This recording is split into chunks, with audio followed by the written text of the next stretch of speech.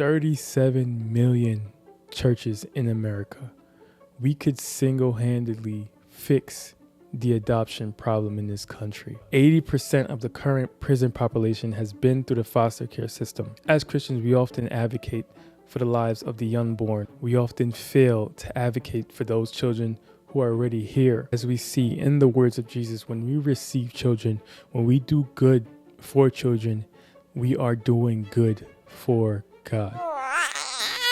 Osai Williams. In 1996, in a small town in rural Texas, one man was about to change the lives of 77 children. After learning about the grueling and hard lives of children within the adoption agency, Bishop W.C. Martin and his wife decided to adopt children of themselves. They adopted 4 beautiful children and brought them into their lives. They went on to convince their congregation to do the same thing, resulting in 22 families adopting 77 children, essentially emptying the adoption agency within their small town. Now, adopting children isn't an easy task. These children come with trauma and problems and history that you have to be mentally prepared to deal with, as we see in Martin's case. So, Bishop, maybe you can talk a little bit about the kids that you adopted. What sort of issues did they have? What was it like on a personal level bringing them into your home? Well, it was difficult, very difficult. It was very hard. It wasn't easy at all. I had to, almost be a policeman in my own household.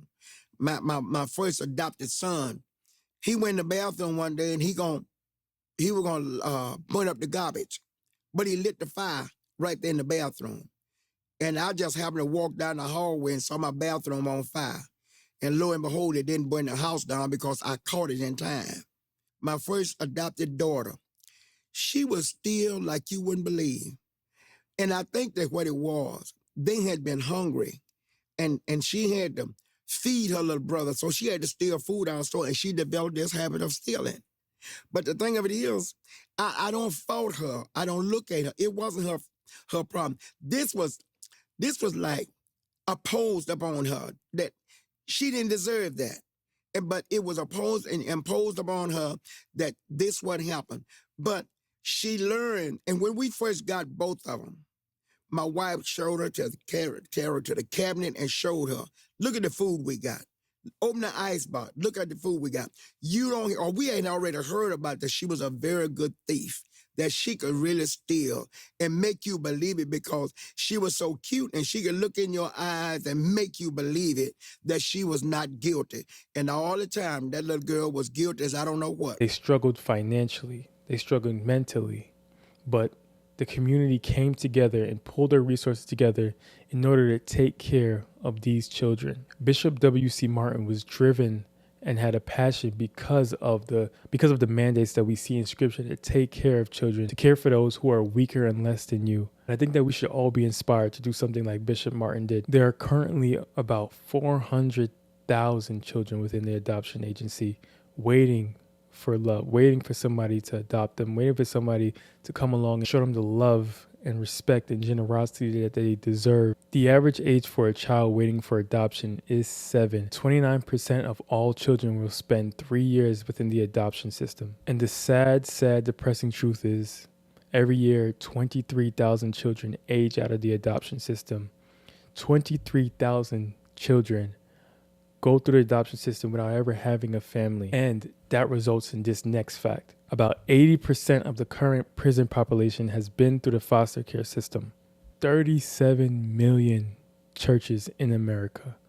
We could single-handedly fix the adoption problem in this country if we come together and actually live the lives that we should as Christians and do the tasks that we should as Christians. As Christians, we often advocate for the lives of the unborn, which we should, because the unborn are voiceless and they need a voice. However, we often fail to advocate for those children who are already here, who are in the world and are dealing with these struggles, who don't have families and love in their lives. I think we should take it upon ourselves to deal with this problem. We can actually fix it. Could you imagine an America without an adoption agency, because the Christians are adopting at a high level, at a substantial level, where we are transforming the lives of children on a day-to-day basis? I want to read what Jesus said about children. So I'm reading from Matthew 18, starting from verse 1.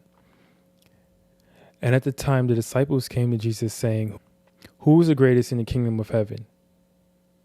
And calling to him a child, he put in the midst of them and said, "Truly I say to you, unless you turn and become like children, you will never enter the kingdom of heaven.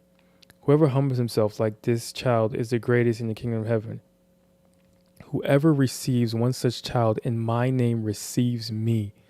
But whoever causes one of these little ones who believe in me to sin, it would be better for you to have a great millstone fastened around his neck and to be drowned in the depth of the sea. Whoever receives one such child in my name receives me." As we see in the words of Jesus, when we receive children, when we do good for children, we are doing good for God. On July 4th, Angel Studios is releasing a movie about Bishop W.C. Martin. And I want to encourage you guys to go see the movie, to learn more about his life, to learn more about the sacrifices he made in order to protect and serve these children in his community. Adopting will be in my wife and I's future. We've definitely discussed it.